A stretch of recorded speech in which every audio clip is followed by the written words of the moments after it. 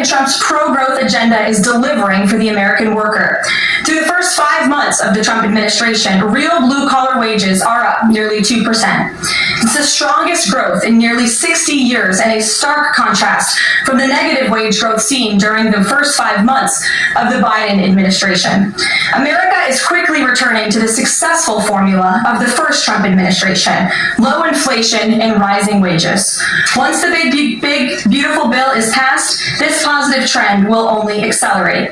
Senate Republicans are continuing to push this critical legislation forward. The One Big Beautiful Bill will drive growth and supercharge the American economy.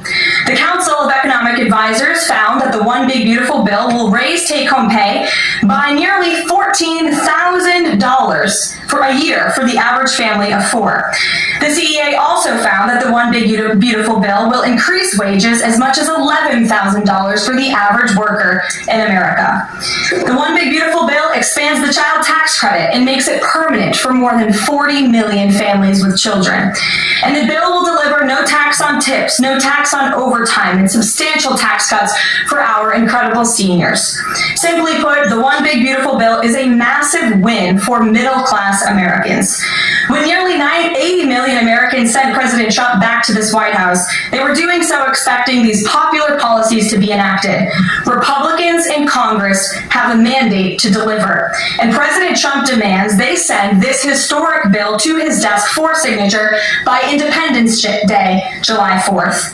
The American people are fully behind President Trump. According to brand new polling from Insider Advantage, a clear 54% majority of Americans approve of the job President Trump is doing. That's because this president is keeping his promises and taking action every day to improve their lives. And passing this bill will help fulfill a number of President Trump's core campaign promises. Now, regarding the ongoing situation in Iran, I know there has been a lot of speculation amongst all of you in the media regarding the president's decision-making and whether or not the United States will be directly involved.